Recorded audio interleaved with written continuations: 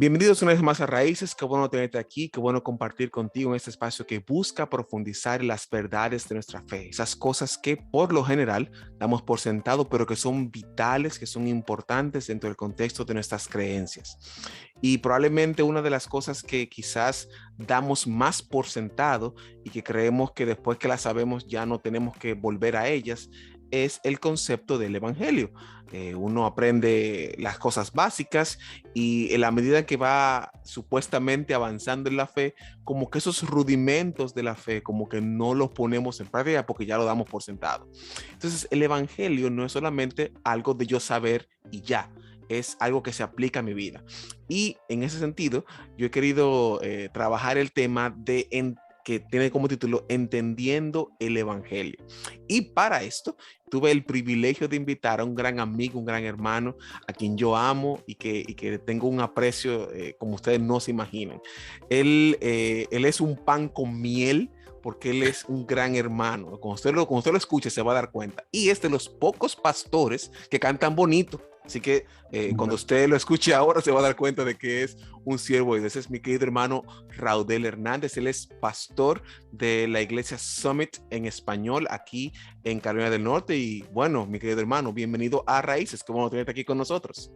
Bueno, muchas gracias. Es un honor estar contigo y creo que ya empezamos a pecar al mentir. Al mentir. Yo luzco como un pan, pero no soy un pan. Es que tú eres muy dulce, hermano. Un pan con miel es algo dulce. Entonces, un y gusto cantas estar precioso, déjame decir. Oh, man, la misericordia del Señor. Mi esposa canta hermoso. Entonces, antes de estar en materia, Rodel, háblanos de Summit en español. ¿Qué es esto? ¿Cómo esto funciona? Sí, Summit en español es una congregación que Dios me permitió ser parte de empezarla hace ya 12 años. Wow. Cuando el pastor J.D. Greer me llamó para ayudarle con algunas áreas en la iglesia, incluyendo alcanzar pues personas de habla español. Y de aquí nace pues esta congregación que obviamente nace de ir y hacer discípulos, como nace cualquier iglesia, y de esos discípulos que Dios salvó, pues instituimos ancianos y de ahí pues nació una iglesia por la gracia de Dios. Así que aquí estamos viviendo en el área de Raleigh-Durham.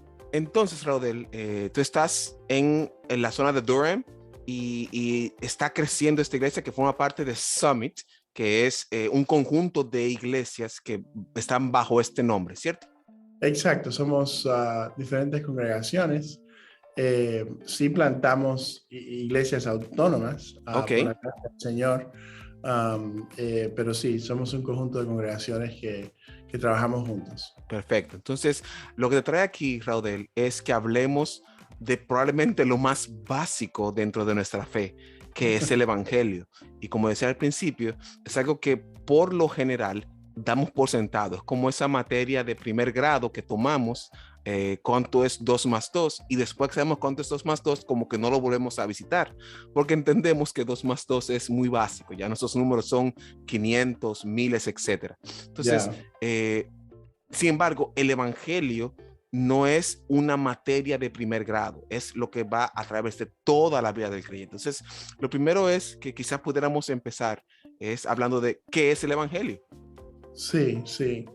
Bueno, primero reconocer que es el tema más profundo, porque es el mensaje del Dios Trino que se revela a nosotros en la Biblia. Básicamente ese es el evangelio, ese es ese mensaje. Y ese mensaje es increíblemente profundísimo. Es también el mensaje que marca la diferencia entre lo que Jesús nos dice acerca de Él mismo, acerca de Dios, acerca de nosotros mismos, y lo que dicen todas las demás religiones. Generalmente hablando, la mayoría de las religiones mainstream, todas están de acuerdo en dos cosas, ¿no? Están de acuerdo en que Hay un Dios por encima de todo lo creado. Sabemos que los científicos te pueden decir los ingredientes de una hoja, pero no pueden hacer una. Entonces, todas las religiones, generalmente hablando, dicen, sí, es cierto, hay un Dios por encima de todo lo que vemos. Y todo el mundo está de acuerdo con eso, porque de la misma manera que esta computadora no fue o no fue creada por un accidente o por una explosión en una fábrica de partes electrónicas. Sí. Dios se revela en la creación y sabemos que hay un creador. Entonces todo el mundo dice, ya, estamos de acuerdo. En lo otro que estamos de acuerdo es en que hay una distancia entre nosotros humanos y este ser sublime, como lo llaman algunos, ¿no? Okay. Y este santo. Y todos estamos de acuerdo en eso, muy bien. Donde marca la gran diferencia es precisamente el mensaje de Jesús, del Dios Trino, el mensaje del Evangelio, Okay. el anuncio, ¿no? Las buenas noticias, y es en cómo estrechamos esa distancia. Okay. Porque dependiendo de la religión que las personas crean, si eres budista, vas a creer que estrechas esa distancia entre Dios y tú, haciendo el bien cada vez que haces algo mal, ¿no? Para balancear tu karma, ¿no? Sí. Si eres una persona que crees en el Islam, pues tienes que orar 5 veces al día, facing Mecca y hacer todas y abstenerte de comer cerdo y otras reglas más, Sí. para estrechar la distancia entre este ser sublime, entre Dios y tú. Si eres moralista, que es muy popular dentro de las iglesias, desafortunadamente en Estados Unidos, pues simplemente con buenas obras, con dar a Dios, con tu asistencia dentro de un edificio donde se reúne la iglesia, pues eso es lo que estrecha la distancia entre tú y Dios. Pero Jesús vino a dar un mensaje muy fuerte, muy duro, el mensaje del Evangelio. Y el mensaje del Evangelio son buenas noticias precisamente porque implican malas noticias. Por ejemplo, si yo te digo, Josías, tengo buenas noticias para ti en este día. Dios me regaló un empleo, empiezo el lunes. Okay. Ahí yo te estoy dando una buena noticia, pero esa buena noticia implica una mala noticia. Y la mala noticia es, yo no tenía empleo. Tú puedes pensar, wow, yo no sabía que él no tenía empleo, pero gloria a Dios que Dios le proveyó un empleo que empieza el lunes. O sea, la buena noticia implica una mala noticia. Sí. Y la buena noticia del Evangelio, el mensaje del Evangelio que Jesús nos vino a traer, implica una mala noticia. Y esa mala noticia es precisamente que tú y yo no podemos estrechar. Es imposible que un pecador pueda estrechar la distancia, pueda pueda intimidar, tan siquiera acercarse a un Dios santo. Okay. Ahora, en la mente de algunos, eso parece injusto, exclusivista, y yo puedo entender el por qué, ¿no? Viniendo de un ateo, de un background ateo, ¿no? Pero una de las cosas o ideas que yo uso para que las personas intenten considerar esto es que eso no es porque Dios es malo, sino porque simplemente Él es santo. De hecho, la Biblia no dice que Él es amor, amor, amor. Dice que Él es santo, santo, santo. Es cierto. una melodía que los ángeles cantan de día y de noche. ¿Y qué pasa? El ejemplo que yo uso es esto, ¿no? No vas a encontrar un científico de la NASA que diga, oh, ese sol, ese planeta Sol es tan malo, está tan caliente enojado con nosotros porque no nos deja aterrizar una nave allí en el Sol. No, ni tan siquiera Elon Musk está tratando de aterrizar un cohete en el Sol. No porque el Sol sea malo, sino porque el Sol es calor. Simplemente no se puede, se derritiría cualquier nave tratando de acercarse al Sol. Y de la misma manera, nos hiciéramos chicharrón. Sí, claro, claro. Si un pecador se trata de acercar a un Dios santo, porque seríamos aplastados por la santidad de Dios. El problema precisamente de la humanidad es que Dios es santo y nosotros no. Entonces, parte de la noticia del Evangelio es que no hay manera posible que nosotros podamos estrechar esa distancia. Las buenas noticias son que Jesús descendió y que Él descendió para Él mismo ser el camino, la verdad, la vida. Y Él es el único, por su vida perfecta, por su obediencia perfecta a Dios, el único que puede estrechar la mano de un pecador y la mano de un Dios santo y unirlas, porque como dice la palabra en Corintios, ¿no? Aquel que no conoció pecado, Jesús, Dios lo hizo pecado para que nosotros seamos justos ante Dios en Él. Entonces, el Evangelio son buenas noticias, es un mensaje de buenas noticias, que implica malas noticias, es un mensaje del Dios Trino, que hizo los cielos y la tierra, es un mensaje que se encuentra en la palabra de Dios y es un mensaje completamente diferente a todos los mensajes de las demás religiones. Es la gran diferencia, donde en las religiones depende de ti acercarte a Dios o mendar, ser reconciliado con Dios. Y el Evangelio te dice que el único que te puede reconciliar con Dios es Cristo Jesús. Entonces, yo sé que eso levanta otras preguntas como, sí, claro, como cuál es, por qué hay un solo camino, por qué Jesús es el único camino, pero yo te animaría a pensar lo siguiente a la luz de nuestra realidad: ¿por qué existe un camino en Cristo cuando no merecemos ninguno? Así pero que mira más, que eso es muy interesante, Raudel, porque cuando tú hablas de estas noticias y pones las dos caras de la moneda, es decir, es una buena noticia porque existe una mala noticia. Y esa franja que existe entre Dios y nosotros, que es sumamente grande, que solamente Jesús la puede unir, entonces sugiere entonces que existe una condición particular del ser humano, una condición del hombre. Entonces, ¿qué condición es esta respecto del Evangelio? ¿Cómo el Evangelio ve al hombre dentro de esta relación, Dios aquí arriba, hombre aquí abajo? sí, básicamente somos separados por nuestro pecado, ¿no? Todos nacimos pecadores, nacimos en pecado, como dicen los Salmos. Romanos dice que estamos destituidos de la gloria de Dios, nadie da la talla, todos quedamos cortos. Básicamente, si lo ves desde el principio, cuando Dios hace a Adán y a Eva, en términos simples, lo que sucedió allí en el Jardín del Edén a la humanidad rechazar a Dios, es que básicamente volvimos los ojos de Dios a nosotros mismos.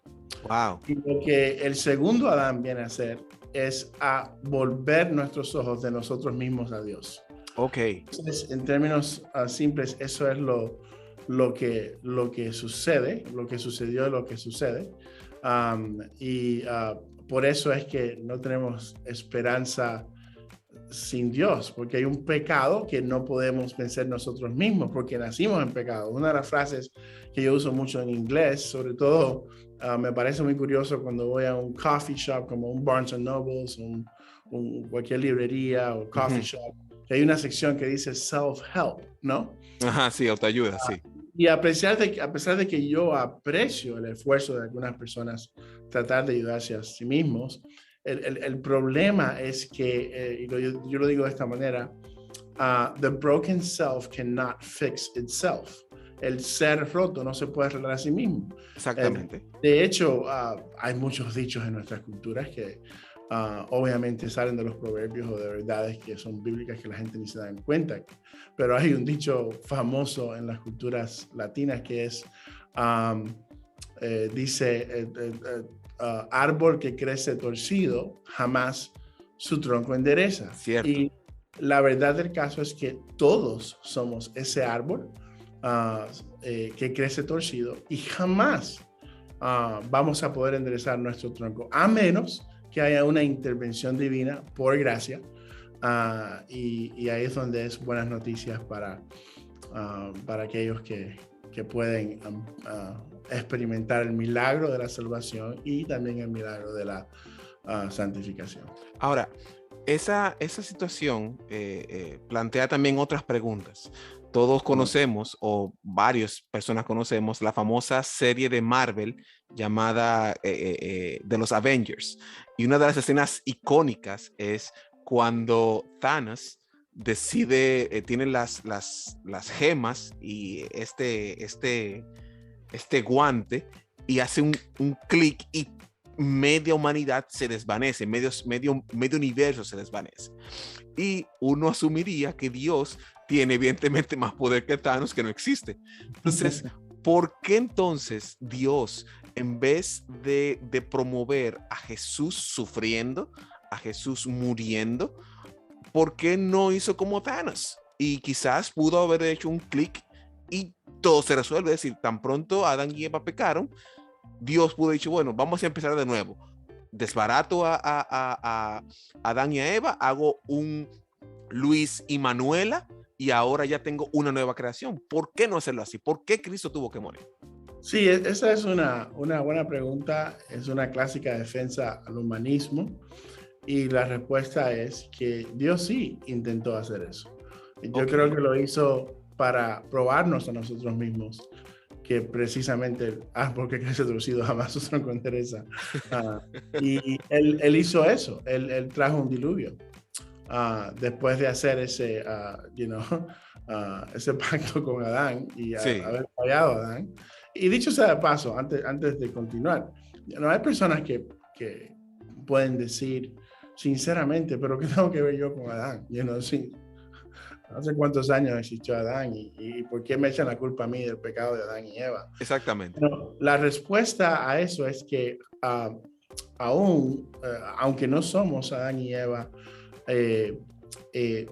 no podemos negar que tú y yo corroboramos la rebelión de Adán y Eva. Okay. O sea, nadie sincero, honesto, ni aún mis amigos ateos, puede mirar sus propias vidas y decir, no, sí, ciertamente yo nunca he ignorado a Dios, ciertamente nunca he ofendido a Dios. No podemos decir eso. Así que solo quería hacer un paréntesis ahí para resaltar que aunque no somos Adán y Eva, sí corroboramos, no sé cómo se dice en español. Corroboramos, gracias. Corroboramos todo lo que ellos hicieron, o sea, hacemos lo mismo. Pero bueno, hablando de por qué Dios no hizo un clic e intentó todo otra vez, well, he did, ya no lo hizo. Y es impresionante que después de solo quedar menos de 10 personas en el mundo entero, lo primero, no lo primero, pero una de las primeras cosas que hace Noé después de ver tanta gracia y tanta misericordia, salvándolo a él y a su familia, es emborracharse, desnudarse y ser indecente. Sí, entonces, cierto. Básicamente, yo diría que sí, que sí, Dios intentó eso y que vemos en Noé que también falló.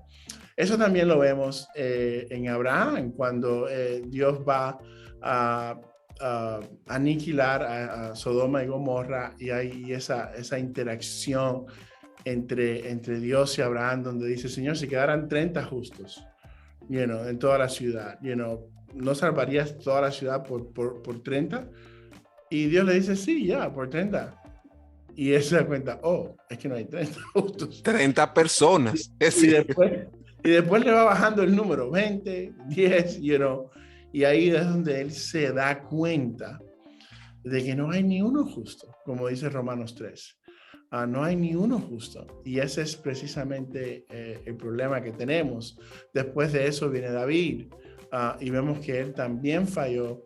Y después de eso viene Jesús y vemos que él es el único que no falla. Por eso es que nuestro héroe es el mismo Dios que se hizo hombre y tomó carne y hueso y se hizo parte de nuestra historia para salvarnos. Wow. Y es importante que tú mencionaste esos personajes que son importantes porque hay un estándar que Dios exige y ese estándar es el que no podemos nosotros suplir. Entonces, pero en nuestra cultura, nuestra mentalidad, que nosotros tenemos una cultura que heredamos de los griegos y los romanos, en donde yo, por portarme bien, recibo beneficios o remuneraciones.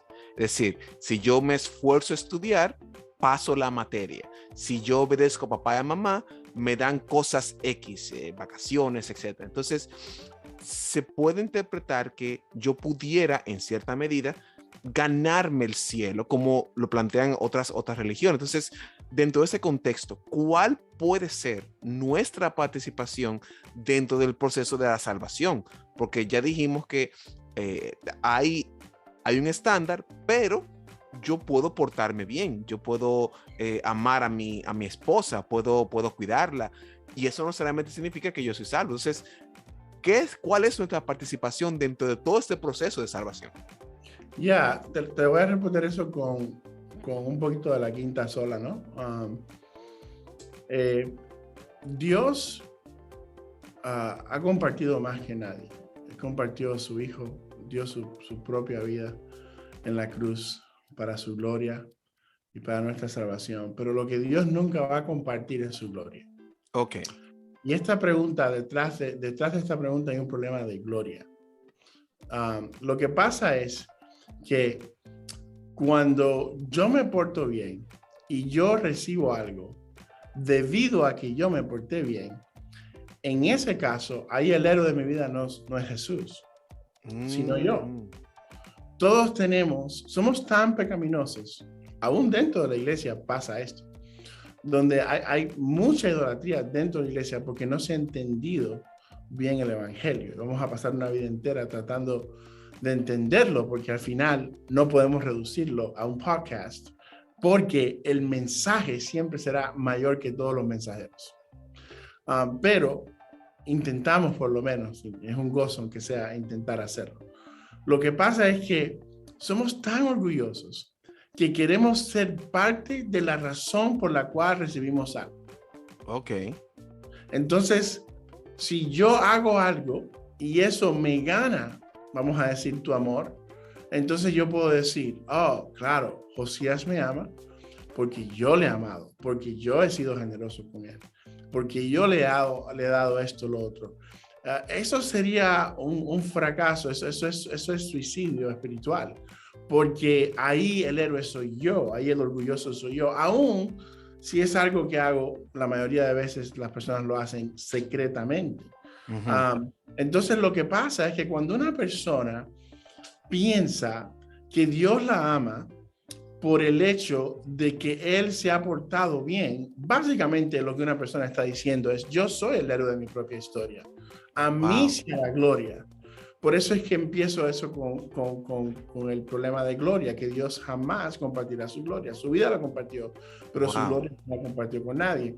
Hace muchos años atrás, antes de que yo supiera tan siquiera qué fuera la teología reformada o otros términos, yo escribí 8 diferencias entre el autoabastecimiento o el fariseísmo y el evangelio de Jesucristo. Y la primera diferencia que yo escribí en ese material fue que en el autoabastecimiento, el cual es ilusorio porque no nos podemos autoabastecer de Dios, ahí decimos que obedecemos para ser amados por Dios.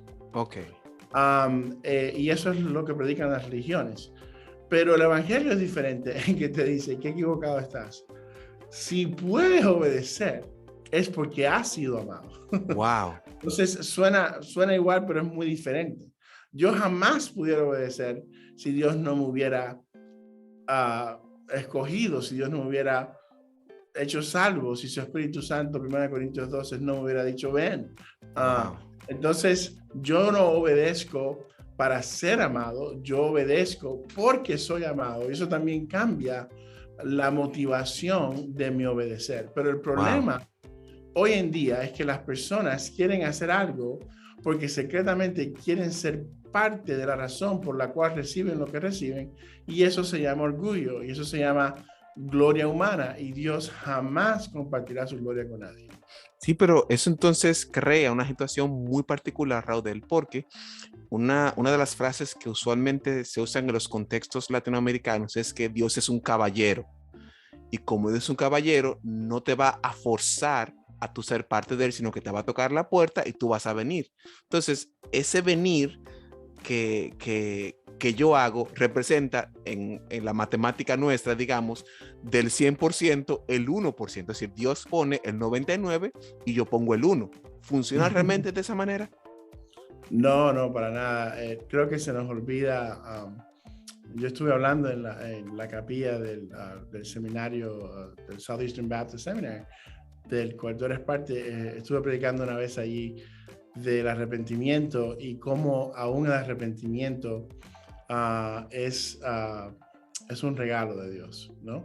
Okay. Aún la fe es un regalo de Dios. Entonces, básicamente, yo puedo simpatizar, ¿no?, con una persona que diga, bueno, yo volví mi rostro mientras Él me llamaba. O sea, de camino a una eternidad sin Dios, en mi pecado, yo volví mi rostro, pero la única razón por la cual volví mi rostro es porque oí el llamado de mi pastor. Okay. Entonces, básicamente, todo lo que es la obra de salvación, como decía Jonathan Edwards, ¿no? Lo único que podemos aportar en nuestra salvación es el pecado que la hizo necesaria. Wow. Y de hecho, eso en sí no son... eso en sí te debe abrir al hecho de que, por eso es que hay tanta esperanza en Cristo. Que realmente lo que te hace apto para ser salvo es ser pecador. Wow. Entonces, ahí es donde puedes apelar la misericordia de Dios. Todo fue un regalo de Dios, pero también acordémonos en todo este misterio entre la responsabilidad de Dios y la respuesta del hombre, que, como decía Charles Spurgeon, la razón por la cual yo le predico a todos es porque Dios no me ha dado la lista de los elegidos. Sí. Creo que en todo este debate, algo que ha sido muy triste para mí, porque mientras más a veces te acercas a la academia, y he tenido el privilegio de acercarme a la academia, aunque yo soy uno de esos pastores que trato de mantenerme detrás del telón, a veces simplemente porque no sé cómo otros lo hacen. Dios me ha dado sus ovejas y una responsabilidad con esas sus ovejas, y eso toma mi tiempo. Realmente no sé cómo hacen tanto, pero como ellos para andar en tantas conferencias y en tantos debates. Pero wow. La cosa que me ha entristecido es todo el argumento que hay sobre este tema de la responsabilidad de Dios y la responsabilidad del hombre, porque al final, como te digo, como decía Spurgeon mejor, Dios no me ha dado el número de los elegidos, y wow. Básicamente yo voy a predicar el evangelio y olvidamos que, yo lo diría así porque es de una manera que no se acostumbra a decir, o por lo menos no la oigo mucho, y es que ciertamente Dios sabe el número de los escogidos, pero yo no. Esa información no es para mí. Te lo voy a decir de esta manera. No es lo mismo querer pensar y ver las cosas como Dios que querer ser Dios. Sí. O sea, yo quiero pensar como Dios, pero no como si fuera Dios. Y hay información, se nos olvida, que es solo para Dios. ¿Para qué la vas ni tan siquiera a debatir cuando eso ni tan siquiera te pertenece a ti? Ese foreknowledge, esa predestinación existe, es real, pero eso lo sabe solamente Dios. Cierto. Porque tú vas con eso, no tú. Entonces, por eso entiendo por qué Spurgeon dijo, hey, el día que me den la lista de los elegidos, chequeo la lista y veo a quién le predico, pero hasta que no llegue ese día le voy a predicar a todos. Y cuando vemos la gran comisión, Jesús no dice, vayan a los que yo elegí, solamente dice, vayan al mundo y busquen discípulos. No nos da esa lista, como tú dices, que dice Spurgeon. De hecho, él dice en Hechos, vayan a Jerusalén, a Samaria, a toda Judea y al resto del mundo. Es decir, cuando se acabe el mundo, después que usted pase el mundo, no predique. Mientras usted tenga el mundo, predique todo lo que pueda predicar, ¿cierto? Claro, y también se nos olvida que hay una línea directa entre la salvación o justificación y la santificación. O sea, ¿qué quiero decir con eso? Al yo proclamar la verdad, yo para proclamar la verdad quiero conocer la verdad. Entonces quiero estar en la palabra. Cierto. Pero ¿qué pasa? Al estar en la palabra y al proclamar la verdad, esa verdad primero es para mí, o sea, me reta a mí. Y lo que pasa es que nuestra santificación, a pesar de que eso sí es una cooperativa entre Dios y tú, diferente a la salvación, nunca hay una santificación real que esté desligada de tu justificación por pura gracia. Porque una santificación que está desligada de tu justificación por pura gracia es alimentar el ego, y quizás estás creciendo en conocimiento, pero tienes menos santificación que antes porque ese conocimiento te va a envanecer. Wow. Eso es sumamente interesante, Raudel. Entonces, por lo que estamos viendo, tenemos que predicar, independientemente de que Dios tenga y conozca quiénes son las personas que van a ser salvas.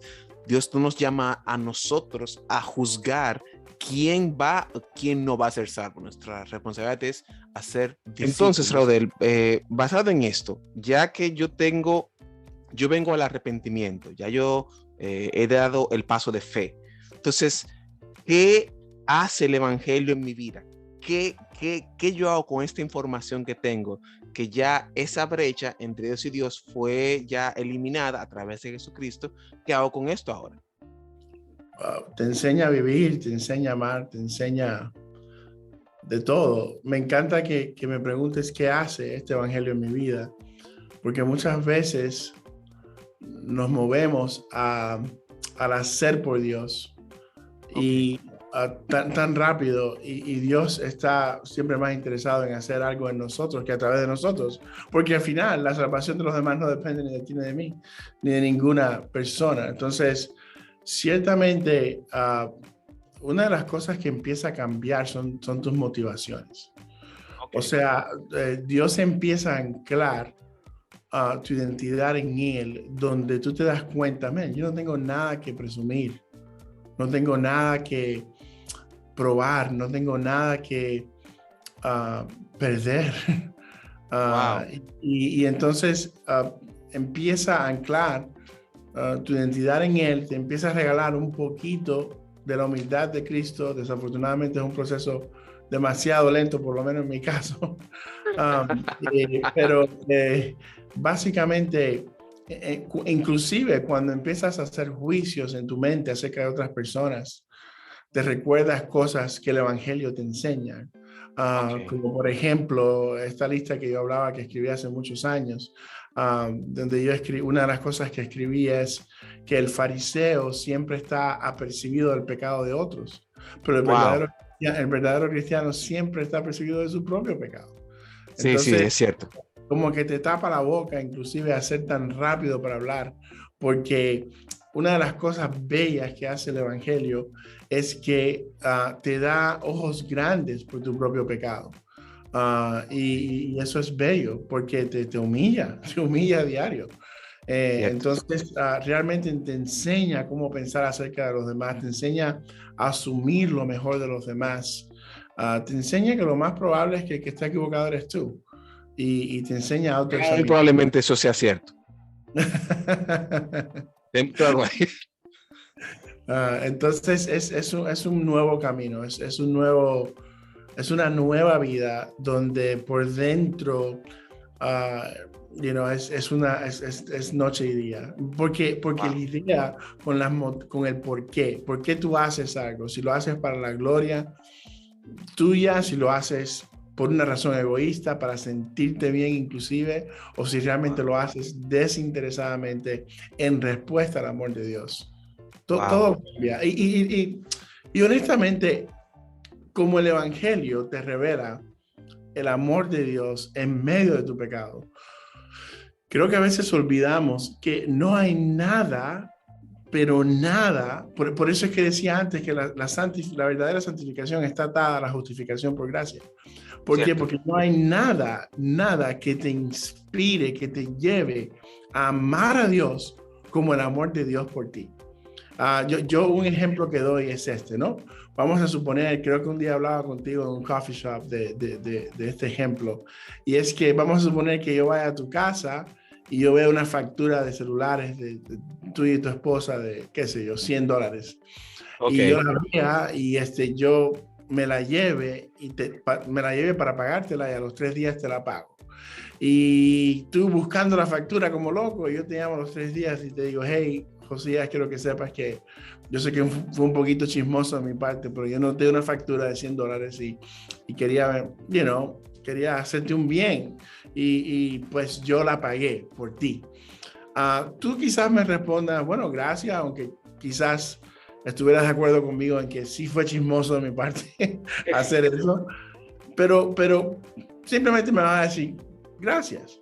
Ahora, ¿qué si esa factura, en vez de ser una factura de $100 de AT&T, fuera una factura del IRS, del Internal Revenue Services de los Estados Unidos, que dice que por fraude, por esto, por lo otro, tú debes $7 millones al Wow. gobierno, y que si no pagas esos $7 millones en las próximas semanas, que te van a meter en la cárcel? Y vamos a suponer que yo me lleve el sobre igualito que antes y que tú te vuelvas loco buscando ese sobre, pero a los 3 días yo te llame y te diga, hey, José, quiero que sepas que me llevé el sobre un poquito chismoso de mi parte, pero vi tu deuda y la pagué. La saldé por completo, no debes nada, no Ok. vas a la cárcel. Tú no me vas a decir a mí, bueno, un poquito chismosito, pero gracias, y me vas a colgar el teléfono. No, No, tú te vas a yo te doy pasar. un abrazo. Primero, un abrazo grande. Tú te Yo vas a no. entrar a mi casa y tú vas a decir, mira, mi esposa cocina, yo te puedo limpiar el carro. ¿Qué hacemos por ti? Ahora, Wow. ¿cuál es la diferencia entre una y la otra? El tamaño de la deuda. Entonces, el Evangelio tiene una manera tan hermosa de enseñarte la grandeza del amor y la gracia de Dios, precisamente porque te da grandes ojos por tu propio pecado. Te das cuenta que el tamaño de tu deuda no lo podía pagar tú ni nadie. Y Wow. entonces tu reacción es, Señor, ¿qué puedo hacer por ti? Wow. No para ser amado por Dios, sino porque has sido amado por Dios. Y ese es el rol del Evangelio en nuestras vidas, que constantemente nos da ojos grandes por nuestro pecado, lo que revela cuán mayor es su gracia. Y nuestra única respuesta es, Señor, no puedo creer que me amas así. ¿Qué puedo Wow. hacer por ti? Entonces, Wow. ya Tremendo. el hacer por Dios no es un deber, es un placer. Y Wow. tú lo haces porque quieres y tú haces lo que haces porque has sido amado. Es una respuesta a su amor. Y eso lo cambia todo. Wow. Entonces, ahora, el mismo Pablo plantea en el libro de Gálatas que al parecer puede haber más de un evangelio.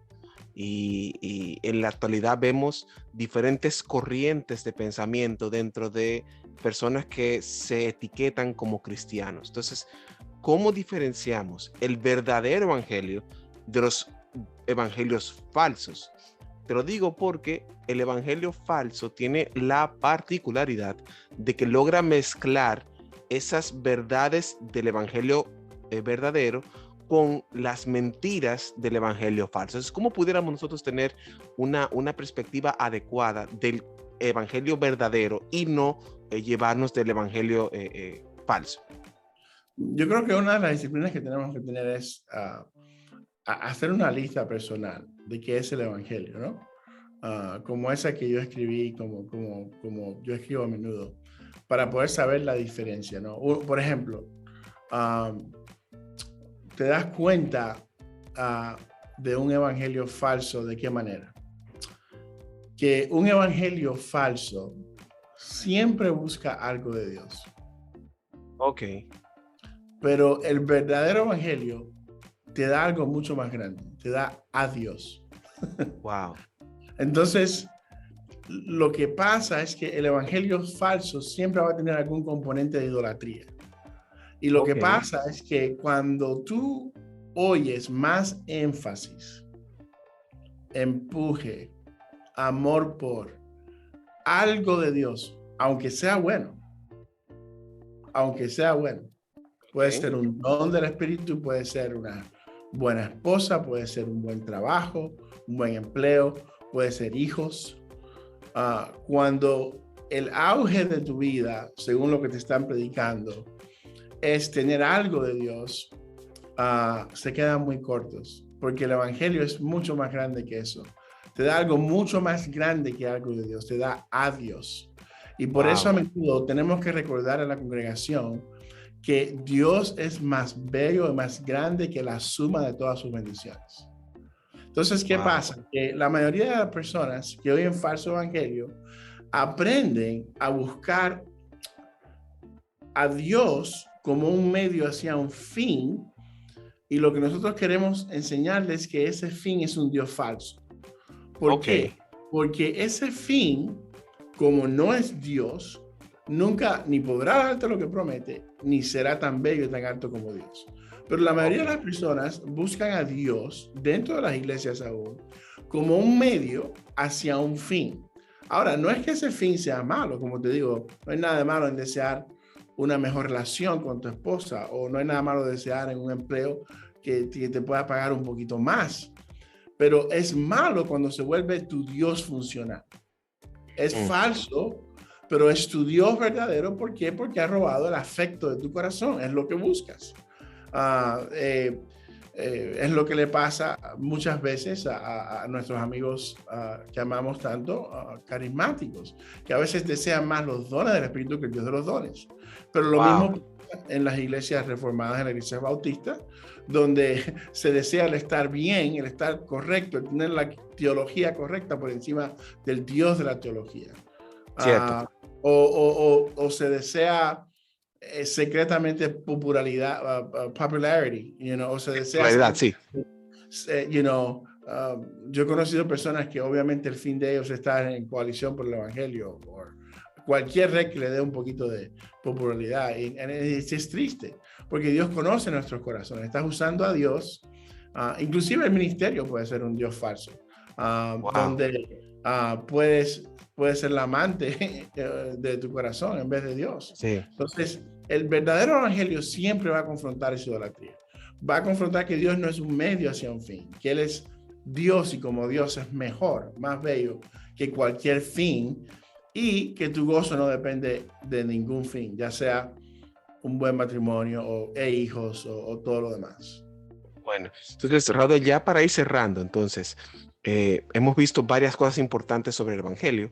Ahora, creo que quizás la más importante, luego de entender qué es el Evangelio, es cómo incorporamos el Evangelio a nuestro día a día. Es decir, es muy interesante ponerlo en teoría aquí arriba, Claro. pero cuando lo queremos poner en el día a día, ¿cómo lo hacemos? ¿Qué cosas tú nos puedes decir respecto de cómo hacer del Evangelio algo práctico en nuestras vidas? Yo personalmente uh, trato de encontrar ejemplos casi como de niños, ¿no? Que me ayuden a mí a poder entender la palabra, ¿no? Ya sea, um, cuando estoy discipulando a mis propios hijos, ¿no? Y estamos, vamos a decir, en Marcos 7, ¿no? Donde Jesús dice que lo que contamina al hombre no es lo que viene de afuera y entra en el hombre, sino lo que sale de él. Exactamente. Entonces, yo en mi propia vida, cuando encuentro ejemplos fáciles o trato de buscar cómo entender eso de una manera que se lo pueda explicar a mis hijos, lo que estoy haciendo es entendiéndolo yo mismo. Yo Ok. necesito el evangelio, yo necesito el evangelio. Eso, por ejemplo, una de las cosas que yo hago, ¿no? Es que yo tomo un vaso con agua, le echo un poquitito de agua, y entonces me hago como el que le di un golpe al vaso, y mis hijos, ay papi, botaste el agua. Y entonces yo les digo, yo según Marcos 7 que acabamos de leer, respóndame por qué se derramó el agua en el piso aquí en la casa. Y por supuesto que yo sé lo que ellos están pensando. Quizás no tengan la valentía de decírmelo, pero que están pensando, ay papi, qué tonto. El agua se derramó, el agua se derramó porque tú le diste un golpe al vaso y por eso Evidentemente. se derramó el agua. Evidentemente. Entonces, yo les digo eso, yo les digo, Quizás ustedes están pensando, oh, qué tonto papi, y le digo eso, digo, pero quiero probarle que esa no es la razón por la cual se derramó el agua según lo que leímos en Marcos 7, porque ahora yo tomo el vaso vacío y lo vuelvo a virar, pero no sale agua. Entonces yo les digo a ellos, lo que Marcos 7 está diciendo es que la razón para la que el agua salió del vaso no fue porque papi le dio un golpe al vaso, sino porque había agua en el vaso. De manera que la razón por la cual ustedes y papi pecan es porque hay pecado en nosotros.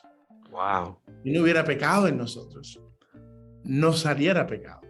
Y es lo que está diciendo Jesús, ahí donde Jesús dice en el versículo 21, porque de dentro del corazón del hombre, y da toda una lista, laundry list de cosas malas. Entonces yo trato personalmente de buscar ejemplos que me ayuden a anclarme en el Evangelio, que me ayuden a entender estos principios grandes, para que constantemente Dios me esté confrontando mi ego y no me vaya a elevar o pensar nada, porque el aún caminar en una onza de piedad es un regalo de su gracia. Entonces, la manera que yo trato de sacar esta gran teología y ponerla en términos simples es: piensa que tienes que explicárselo a un niño, pero piensa que el niño debe ser tú. Okay. No hay nada que yo pueda darle a un niño del Evangelio que yo no necesite. Todo lo que yo le puedo dar a mis hijos o a cualquier otro niño es precisamente lo que necesito. Y es increíble. Yo, cuando me invitan a veces a alguna reunión de pastores, a enseñar alguna conferencia, y yo les digo, hermano, esto va a parecer como una clase de niños, pero está bien, porque yo no estoy interesado en mi imagen, estoy interesado en que usted comprenda el Evangelio. Y le doy estos ejemplos. Wow, se quedan bien impactados, aprenden. Y le estoy dando ejemplo de niños. Entonces, yo creo que una de las maneras de internalizarlos es, mientras leemos la palabra, pedirle al Señor sabiduría. Señor, ayúdame a entender esto, porque al final quiero ser más como tú. Y no puedo ser más como tú si esto es solo conocimiento. Confróntame, dame ojos por mi pecado. Y Dios va poquito a poco esculpiendo todo lo que no sea Cristo en nosotros, por lento que parezca el proceso. Bueno, y otras cosas también que son rutinas que yo con mis hijos, por ejemplo, yo trato de hacer cosas con mis hijos de las cuales nadie sabe intencionalmente, y cuando ellos quizás quieren recibir gloria por eso al otro día, podemos hablar de eso. Y tú no tenías que decirle a la hermanita tal que tú limpiaste el baño con papi. Sí. En la iglesia, ¿no? Y cosas que nos ayuden a poner en práctica, estas verdades. Sí. Bueno, Raudel, de verdad, muchísimas gracias por haber estado en Raíces hoy. Tenerte fue maravilloso. Y te digo que, al igual que el resto de las personas que invitamos, tú tienes que volver a Raíces, porque tú eres una persona valiosísima para el reino de Jesucristo. ¿Qué te parece? Bueno, muchas gracias a ti, más que honrado por la invitación. Y este es un tema que obviamente me apasiona porque me salvó, así que ojalá le haya sido de bendición a alguien, y obviamente Dios sabe que todo lo que podamos decir es por Él y para Él, así que a Él sea la gloria en todo. Exactamente. Entonces, a ustedes, mis queridos amigos, gracias por estar en Raíces. Nos vemos la próxima entrega. Bye, bye.